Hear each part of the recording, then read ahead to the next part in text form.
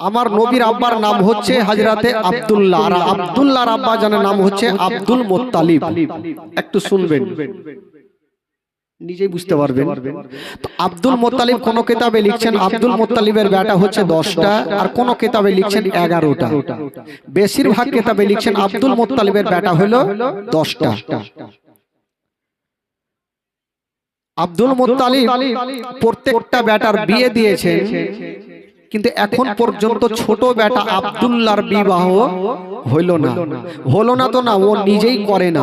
কারণ আব্দুল্লাহকে বিবাহ করার জন্য গোটা মক্কা নগরের মেয়েরা পাগলিনী ছিল। জোরে বলুন সুবহানাল্লাহ। সুবহানাল্লাহ সুবহানাল্লাহ। কারণ জানেন, নবীর মা হওয়ার জন্য। আব্দুল মুত্তালিব বেটা যখন বড় হয় তো বাবার মাথায় টেনশন আসে কি আসে না ভাই? সবারই টেনশন আছে যে বেটা তো বিয়ে দিতে হবে। আব্দুল মুত্তালিব একদিন বারান্দায় বসে আছে আর চিন্তা ভাবনা করছেন, আল্লাহ আমার বেটা আব্দুল্লাহর কম বেশি 24 বছর হয়ে গেল, এখন পর্যন্ত বিয়ে হলো না, আর আমি বাবা হয়ে বেটাকে বিয়ের কথাটা বলতেও পারি না।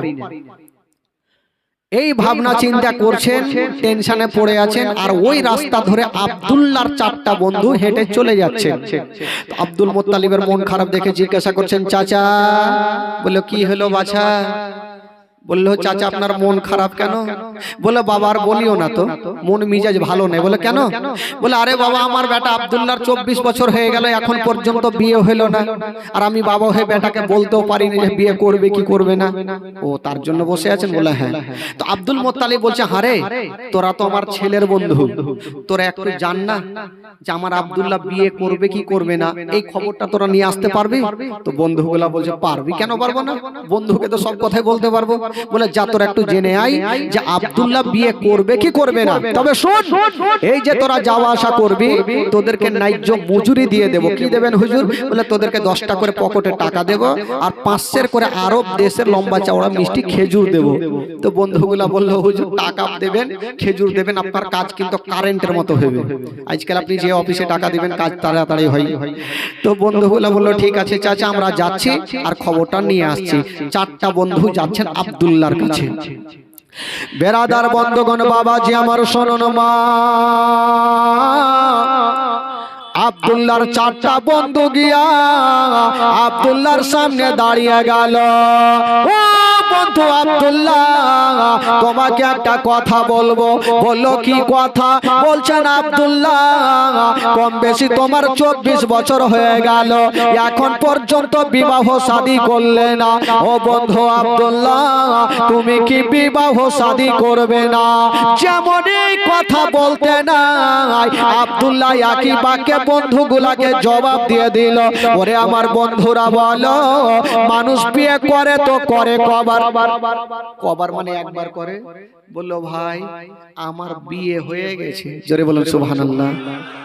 তো বন্ধুগুলার মিজাজ খারাপ হবে কি হবে না, যে তোমার বিয়ে হয়ে গেছে, বলছো তোমার বাবা মাথা খারাপ করে বারান্দায় বসে আছে, আর তুমি বলছো বিয়ে হয়ে গেছে। বলে বাবাকে জানাবো, তাহলে না জানবে? বলো ভাই আমার বিয়ে জমিনে হয়নি, কোথায় হয়েছে? বলে আমার বিয়ে হয়েছে আসমানে। জোরে বলুন সুবহানাল্লাহ।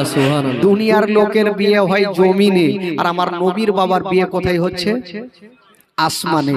তো বন্ধুগুলাকে আব্দুল্লাহ বলতে লাগলো, আমার বন্ধুরা আমার যে বিয়েটা হইলো কি করে, এই ঘটনাটা তোমরা শুনবে না? তো বন্ধুগুলার মিজাজ খারাপ, মন মিজাজ ভালো নাই, যে তোমার বিয়ে যখন হয়ে গেছে তো ওইদিকে 10টা করে টাকা পাইতাম ওইটাও গেল, আর 500 করে খেজুর পাইতাম ওইটাও গেল, তো তোমার কাহানিটা শুনেলি বিয়েটা হইলো কি করে? তো আব্দুল্লাহর বিয়েটা হলো কি করে 4টা বন্ধুকে শোনাচ্ছেন। বলছেন আমার বন্ধুরা শোনো, আমি একদিন শুয়ে আছি বিছানায়, আল্লাহর পয়গম্বর যার নাম হলো ইব্রাহিম খলিলুল্লাহ এসে আমার গায়ে হাত দিয়ে বলতে লাগলো, আব্দুল্লাহ, কি বলে আব্দুল মুত্তালিবের বেটা আব্দুল্লাহ, কম বেশি তোমার 24 বছর হয়ে গেছে, তোমার আব্বা জানকে বলে দিও যে তোমার বিয়ে আসমানে হয়ে গেছে। আব্দুল্লাহ বলছেন হুজুর সাহেব আপনি কোথা থেকে এসেছেন বলুন আপনার নামটা কি? তখন বলছেন আব্দুল্লাহ আমি এসেছি মুলকে শাম শহর থেকে, আল্লাহর নাম হইল জলিল আর আমার নাম হইল খলিল। আব্দুল্লাহ বলছেন হুজুর সাহেব আমার বিয়ে হয়ে গেছে। বলল হ্যাঁ, তবে হুজুর সাহেব আমি কি জানতে পারি আমার শ্বশুরের নামটা কি, আমার শাশুড়ি মায়ের নামটা কি, বিবির নামটা কি, তাদের বাড়িখানা কোনখানে? তখন বলছেন আব্দুল্লাহ তোমাকে সব জানিয়ে দি, তোমার শ্বশুর আব্বার নাম হইল আব্দুল ওয়াহাব জোহরি, তোমার শাশুড়ি মায়ের নাম হইল বিবি বাররা, আর তোমার বিবির নাম হইল আমেনা, আর তার দেশের নাম হইল সোনার মদিনা। সুবহানাল্লাহ সুবহানাল্লাহ। এইভাবে যখন বলে দিল আব্দুল্লাহর ঘুমটা ভেঙে গেল। চারটা বন্ধুকে বলছে আমার বন্ধুরা আমার যে আসমানে বিয়ে হয়ে গেছে এই কথাটা আমার আব্বাদেরকে জানাতে পারি না, আমার মায়েদেরকে জানাতে পারি না, আমার ফুপুদেরকে জানাতে পারি না, আমার দাদাদেরকে জানাতে পারি না যে আমার বিয়ে আসমানে হয়ে গেছে। তারা বলবে আরে বেটা দুনিয়ার লোকের বিয়ে হয় জমিন আর তোর বিয়ে হলো আসমানে, মানবে কি মানবে না তার জন্য আমি বাড়িতে বলি না। তো বন্ধুগুলা বললো টাকা পাবো না, খেজুর পাবো না, তো একটু খুশির খবরটা দিয়ে দিই, বেচারা টেনশনে পড়ে আছে। গেল বলে চাচা, বলে কি হলো বাচ্চা? বলে চাচা মন খারাপ করে আর লাভ নেই। বলে কেন? বেটার বিয়ে হয়নি আমার, আমি টেনশন করবো না তো কে করবে? বলে টেনশনের কাজ শেষ। বলে কি হয়েছে? বলে আপনার ছেলের বিয়ে হয়ে গেছে। তো বাপের মিজাজ খারাপ হইবে কি হবে না? মাথায় হাত দিল আল্লাহ, বেটাকে আদর যত্ন করে বড় করলাম আর এই ফাঁকে বিয়ে করলিল, জন্মদাতা বাপটাও জানতে পারলাম না।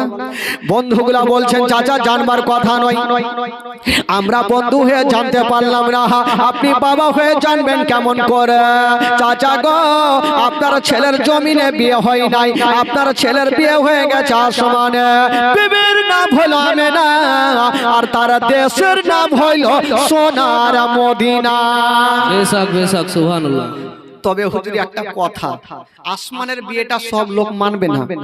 আপনি এক্ষুনি চলে যান মদিনাতে আর আমেনার বাবার সঙ্গে একটা নতুন করে দিন করেন আর আপনার বেটাকে জামাই সাজিয়ে নিয়ে যান, আমেনার সঙ্গে বিয়ে পড়ান, মক্কাতে নিয়ে চলে আসেন। তো আব্দুল মুত্তালিব বলছে হ্যাঁ রে বাবা তোরা কথাটা খারাপ বলিসনি, আসমানের বিয়েটা সব লোক মানবে না, কি করি? তাহলে আমি একবার যাই। ডাকলো বেটা আব্দুল্লাহ, আসলো। বাপের সামনে তো একটু শরম করছে। বলে আরে বেটা তোর বন্ধু যে এগুলো কথা বলছে সত্য কথা? বলে হ্যাঁ আব্বা আপনি যা শুনেছেন অতি সত্য কথা। তাহলে আমি আর দেরি করব না বেটা, আমি এক্ষুনি যাব মদিনা। আচ্ছা বলুন তো ভাই মক্কা থেকে মদিনা কত কিলোমিটার গো?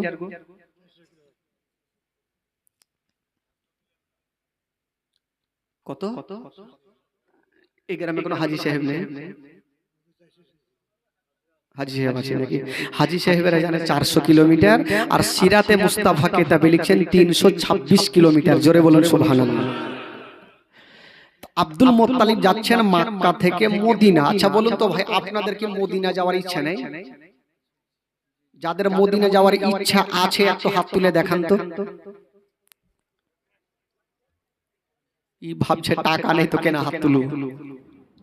তবে ভাই ওইভাবে যখন মদিনা যাওয়া হবে না তো এখান থেকে চলেন মদিনা, আমার সঙ্গে একটু মদিনা চলেন, তারপর ইনশাআল্লাহ যে আসি। একটু চলুন আমার সঙ্গে পড়ুন। আমার ভালো লাগে না আমি যাব মদিনা, আমার ভালো লাগে না আমি মদিনা, ভালো লাগে না আমি যাব মদিনা। এভাবে করলে কাজ হবে? এতগুলো হাড্ডা হাড্ডা লোক বসে আছে, এত জোরে বলেন যাতে এই যে পর্দাটা যেন উড়ে। ভাই একটু জোরে বলে, একটু মন খুলে বলেন। আমার ভালো লাগে না আমি যাব মদিনা, আমার ভালো মদিনাতে না গেলে মনে শান্তি হবে না, আমার ভালো লাগে না, আমার ভালো লাগে না আমি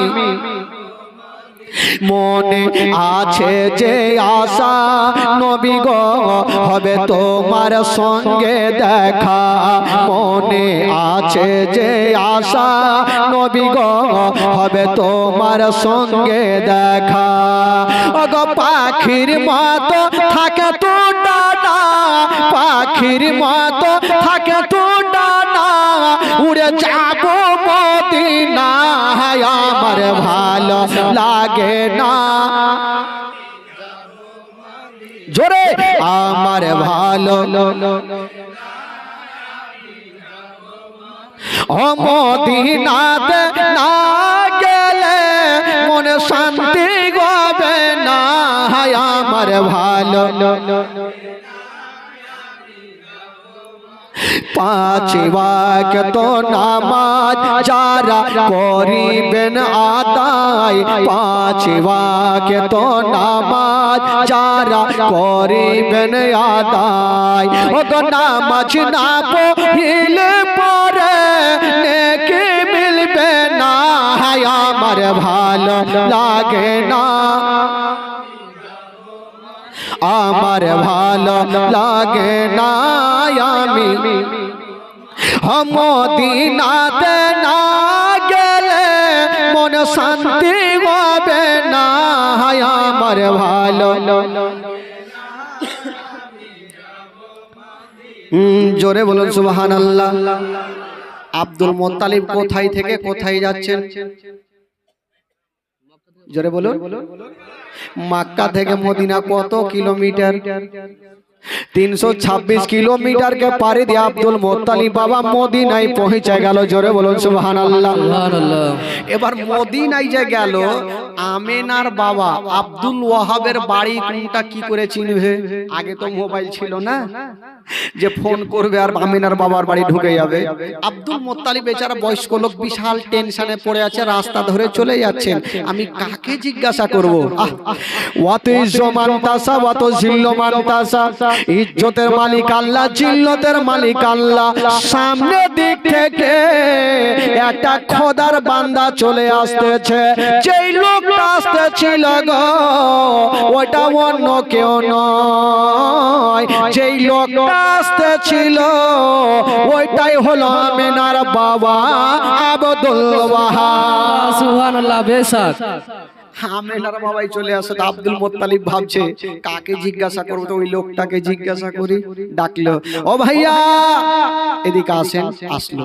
আচ্ছা ভাই, এ মদিনা শরীফে আব্দুল ওয়াহাব বলে নাম, তার বাড়ি কোনটা? আব্দুল ওয়াহাব বড় বড় চোখ করে দেখছে, মানে ওয়ারই নাম তো আব্দুল ওয়াহাব, ওয়াকে বাইছে জিজ্ঞাসা করছে, বড় বড় চোখ করে দেখছে। এই লোকটাকে চিনি না জানি না, আমার নাম কেন জিজ্ঞাসা করে আর আমাকে কেন খুঁজে? তো যাকে পেটের কথা গেলি, বলছে আচ্ছা আব্দুল ওয়াহাবের সঙ্গে আপনার কিসের দরকার? আব্দুল মুত্তালিব বলছেন উনার শুনেছি উনার একটা বেটি আছে, দেখতে বড় সুন্দর, দেখতে বড় ভালো, জগতের আলো, তার নাম হলো আমেনা। ওই আমেনার সঙ্গে আমার বেটার বিবাহর প্রস্তাব এনেছি। আমি ডাইরেক্ট আমেনার বাবার সঙ্গে কথা বলতে চাই, আমি ডাইরেক্ট কথা বলবো। আব্দুল ওয়াহাব বুঝা গেল যে তাহলে আমারই কাছে এসেছে, যেহেতু আমারই বেটির নাম আমেনা। আব্দুল ওয়াহাব বলছেন ভাই আপনার বাড়ি যেই কানে হোক না কেন, আপনার আশাটা বেকার হয়ে গেল। বলল কেন? বলল আমেনার বিয়ে কিন্তু হয়ে গেছে। আব্দুল মুত্তালিব বলছেন হায় আল্লাহ, আমি বয়স্ক মানুষ এত দূর থেকে আসলাম আর আমেনার বিয়ে হয়ে গেল, তো যাকে হয়ে গেল তার কিছু করার নাই, বাড়ি চলে যাব। তো জিজ্ঞাসা করছেন ভাইয়া আচ্ছা বিয়েটা কোথায় হয়েছে গো, একটু বলেন তো। বলে বিয়েটা হয়েছে মক্কা শরীফে। জোরে বলুন সুবহানাল্লাহ। সুবহানাল্লাহ। বেশক আরো জোরে বলুন। আব্দুল মুত্তালিব বলছে মক্কা তো আমারও বাড়ি। বলে আচ্ছা আচ্ছা বলুন তো জামাইয়ের নামটা কি? বলে জামাইয়ের নাম হলো হযরতে আব্দুল্লাহ। জোরে বলুন সুবহানাল্লাহ। আব্দুল মুত্তালিব বলছেন কুটুম তালি একটু কাছিয়েছি, রশ্মি একটু কাছিয়েছি। কারণ আব্দুল্লাহ তো আমারই বেটা। আচ্ছা আব্দুল্লাহ তো আরো থাকতে পারে, একটু বাবার নামটা জানি। আচ্ছা বলুন তো গো ভাই, আব্দুল্লাহর বাবার নামটা কি? তখন কি বলে আব্দুল ওয়াহাব বলছে না, শুনেছি উনার বাবা কাবা শরীফের দেখভাল করে, যার নাম হলো জনাবে আব্দুল মুত্তালিব। জোরে বলুন সুবহানাল্লাহ। যেমন এই কথা বলা, আব্দুল মুত্তালিব দেরি করলেন না, বাবা চট করে বুক কানে ধরে টেনে বুকে লাগিয়ে চাইছো বিহাই সাহেব। বিহাই বলে না, কি বলে আপনাদের ভাষায় কি বলে? বিহাই বলে। আর বিহাই বিহাই যদি এক জায়গাতে হয়ে যায় ভাই, দুনিয়ার গল্প অর্ঘের মধ্যে আছে। আব্দুল ওয়াহাব বলছে আপনাকে চিনি না জানি না। আর বিহাই বলে কেন বুকে লাগাইলে? বলছে আমি লাগাবো না তো কে লাগাবে? আপনি যেমন আমেনার বাবা আব্দুল ওয়াহাব, আমি হলাম সেই আব্দুল্লাহর বাবা আব্দুল মুত্তালিব। সুবহানাল্লাহ সুবহানাল্লাহ বেশক। ও আপনি আব্দুল মুত্তালিব? বলে হ্যাঁ, তার জন্য তো বিহাই বলে বুকে লাগিয়েছি। তো আব্দুল ওয়াহাব বলছে আচ্ছা আপনি ছেলের বাবা? বলে হ্যাঁ। তো আব্দুল মুত্তালিব বলছে হ্যাঁ বিহাই সাহেব, আপনার মেয়ে আমার ছেলে, বিয়েটা হইলো কি করে জানতে পারলাম না। আমেনার বাবা বলছে ভুল কথা, ওটা কথা নয়, আপনি না জানতে পারেন কিন্তু আমি মেয়ের বাবা, আমি সব জানি। বললো কেমন করে? বলছে আমি একদিন শুয়ে আছি, আল্লাহর পয়গম্বর যার নাম হলো ইব্রাহিম খলিলুল্লাহ এসে আমার গায়ে হাত দিয়ে বলতে লাগলো, ও আমেনার বাবা আব্দুল ওয়াহাব জোহরি, আপনার বেটি আমেনা 16 বছরের হয়ে গেছে, যুবতী হয়ে গেছে।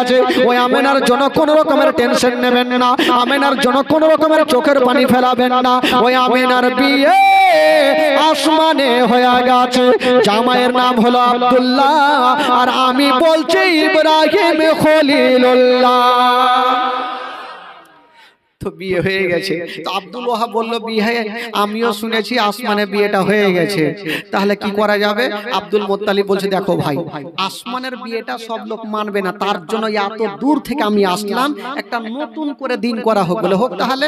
একটা তারিখ নির্ধারণ করা হলো, যেটা হলো কুরবানির চাঁদের 9 তারিখ, কেউ বলেছে 10 তারিখ, আর বিয়ের দিনটা হলো বাবা সোমবার।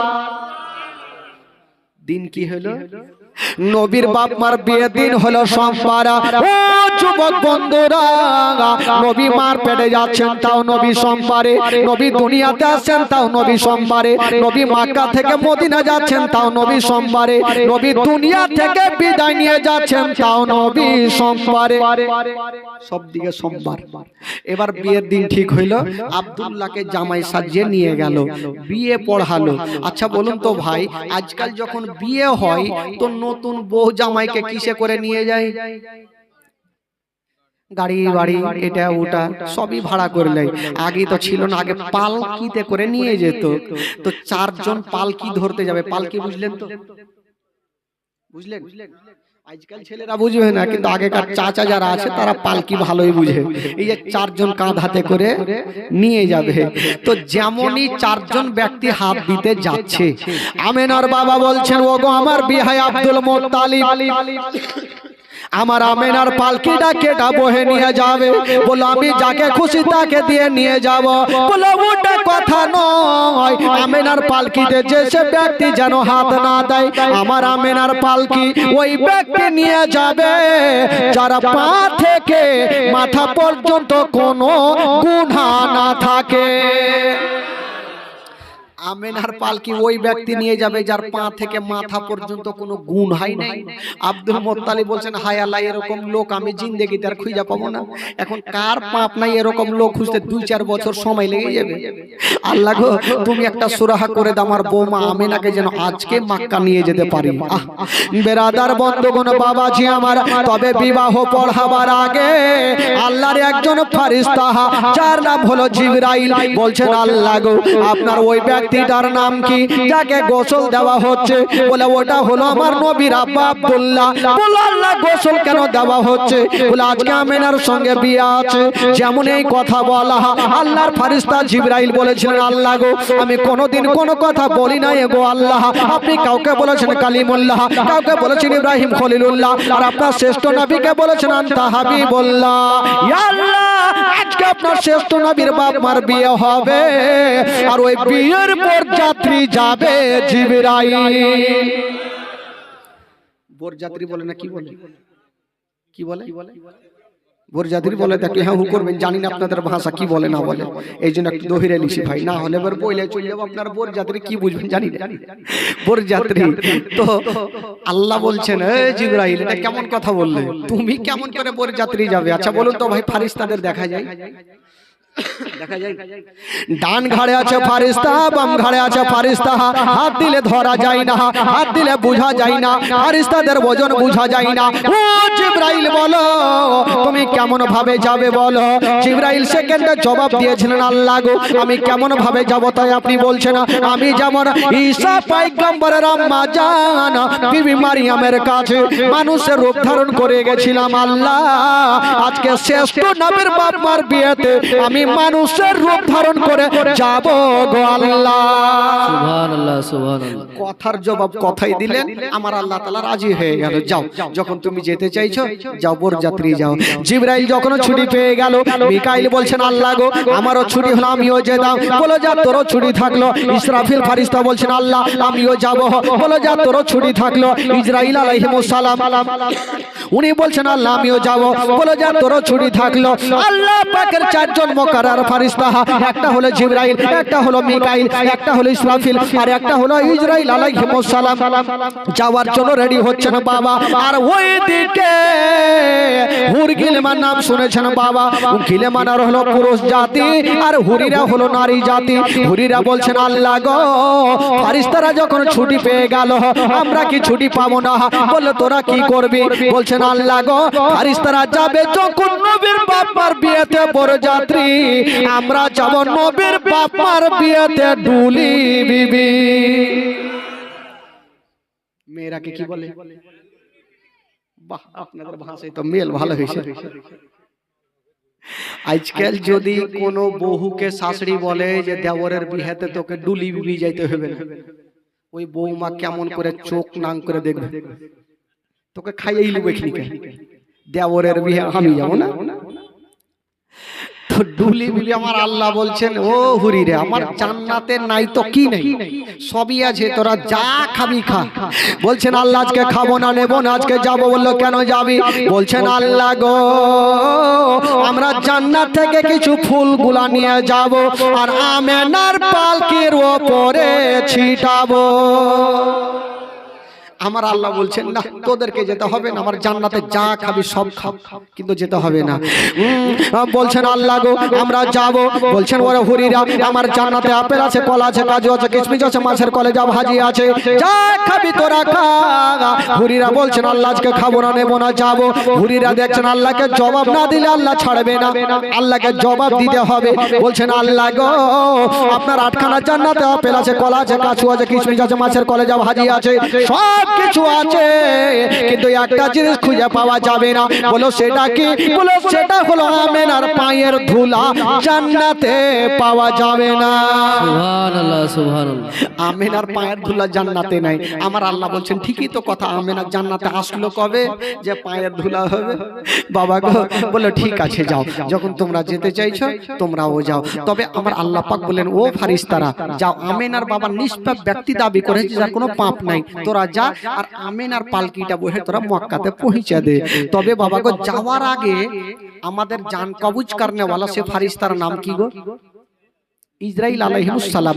উনি মনটা খারাপ করে বসে আছেন। আমার আল্লাহ বলছেন তোমাকে তো ছুটি দিয়েছি, মন খারাপ কেন? বলছেন আল্লাহ গো আমার কাজ হলো জান কবজ করা, স্বামীকে বিধবা করা, কি বলে বিবিকে বিধবা করা, সন্তানকে মাহারা করা। আল্লাহ গো আমার কাজ হলো জানকে কবজ করা, আমাকে সেকেন্ডের মধ্যে কোনা কোনায় যেতে হয়।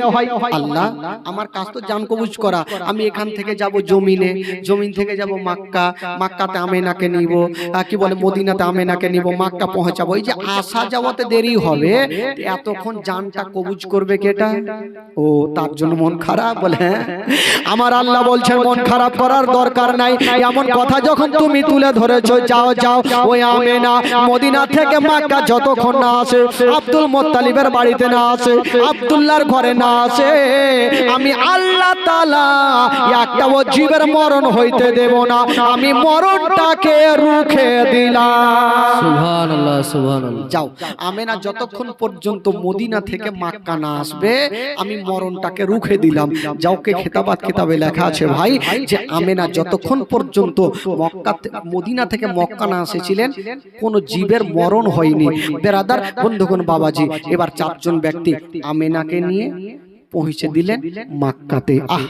যেমনই মক্কাতে যাওয়া, আব্দুল্লাহর ঘরে যাওয়া, আব্দুল্লাহর সঙ্গে ঘর সংসার শুরু হয়ে গেল। বাবা ও যুবক বন্ধুরা, এত কথা খুলে বলবো না, একটা কথা বলে দিই বাবা, ওই আব্দুল্লাহ যেমনই মা আমেনার কপালে একটা চুমা দিয়েছেন বন্ধুরা, আব্দুল্লাহর পেশানিতে যে নূরটা চমকাইতেছিল মা আমেনার পেটে জমা হয়ে গেল। জোরে বলুন। আপনাদের ঘুম লাগছে নাকি ভাই? আচ্ছা আপনারা ভাষা বুঝতে পারছেন তো? অসুবিধা হয় না? তাহলে একবার হাত তুলে বলুন তো সুবহানাল্লাহ।